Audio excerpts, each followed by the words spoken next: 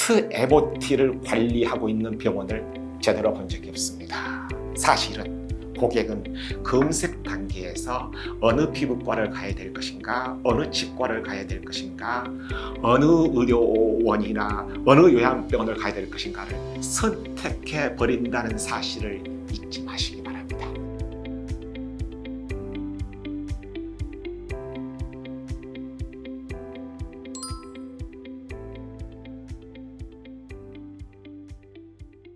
참 중요한 질문이고 어려운 질문입니다. 저는 교회에 다니지 않습니다만은 옛날 아는 분 상사의 소개로 교회에 몇 번 끌려가 본 적은 있습니다. 어떻게 해야 신심이 깊어질 것인가?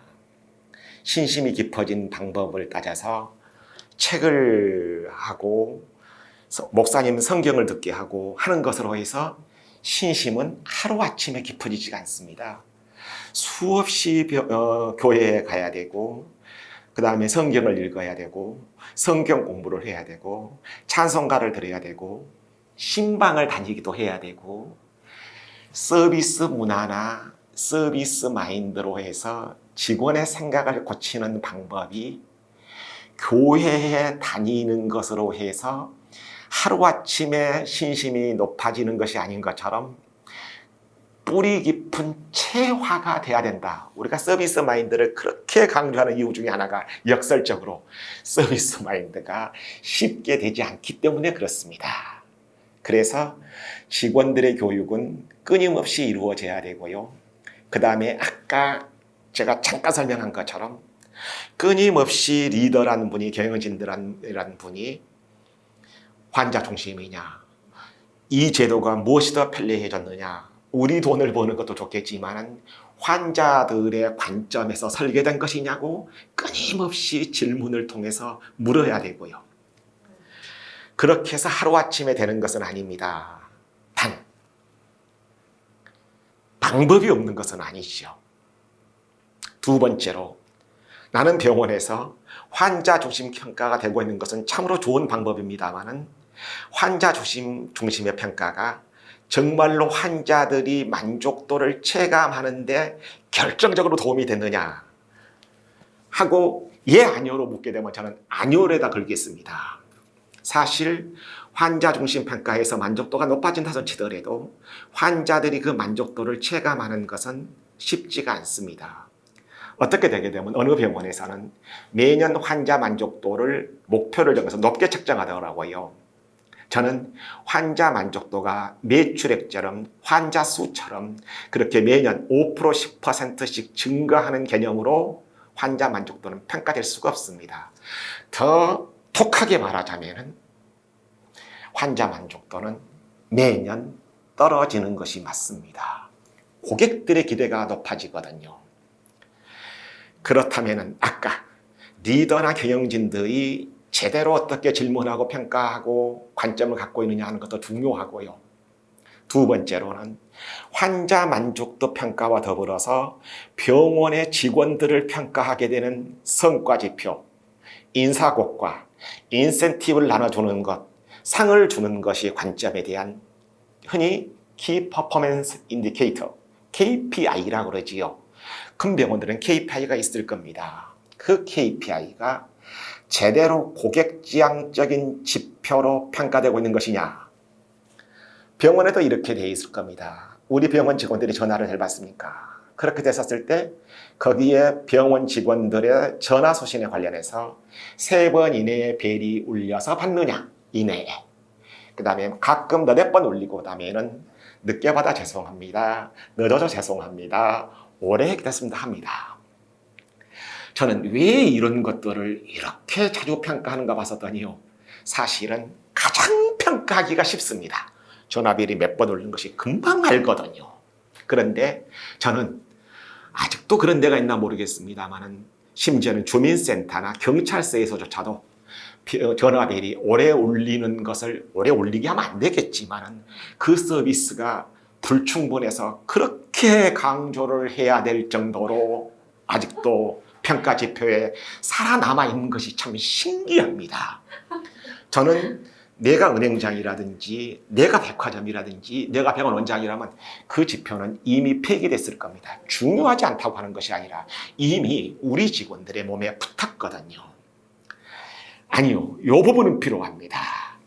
여러분도 콜센터에 전화를 걸어보게 되게 되면 항상 상담을 다 해놓고 나서 더 궁금하신 점 없으십니까? 저는 의사분들이야말로 이 말 좀 했으면 좋겠습니다. 다 설명해 놓고 나서 다른 건 뭐 좀 더 궁금한 점 없으세요? 의사분들에게 이 말이 필요하게 되는데요. 저는 콜센터 상담원들에게 다 묻고 나서 할 말 다 했는데 괜히 지나가는 말로 더 궁금한 점 없습니까? 하고 묻는 것은 지겹습니다. 저는 그래서 가끔 요즘 상담원들을 놀립니다. 먼저 상담원들이 그 말을 물어볼까 봐서 더 궁금한 점 없습니다 하고 내가 미리 먼저 말해버립니다. 물론 농담인데요. 따라서 직원들이 제대로 어디서 문제가 있고 더 중요한 것은 고객들이 무엇을 중요시하냐고 생각하는 것입니다.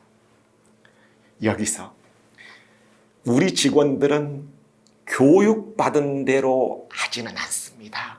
그건 대단히 어려운 일입니다. 그래서 아까 체형이 중요하다고 했었는데요. 그런데 직원들의 움직이는 방향은 딱 하나 더 있습니다.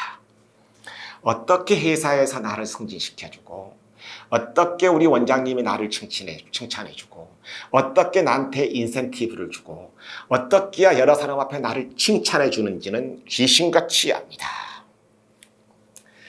얘기가 길어지는데 이 말도 좀 해야 될 것 같습니다. 사실은 병원에서 교육하고 있는 방법은 환자를 끌어들이는데 별로 효과적이지 않습니다. 친절하게 설명을 잘하지요. 럭셔리한 시설을 갖다 놓지요. 디지털화 시켜 놓지요. 의사 선생님이나 직원들이 설명 잘해주고 친절하지요.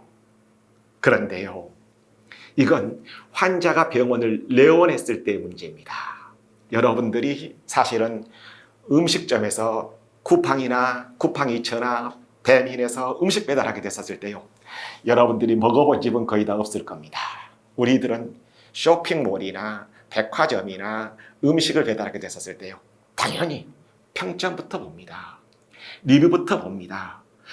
병원도 어떨 때는요, 평점부터 봅니다. 리뷰부터 봅니다. 검색 다 합니다. 즉, 병원 현장에서 가서 겪어본 접점보다도 더 위대하게 고객의 의사결정에 미치는 접점이 인터넷상의 평점이나 리뷰입니다.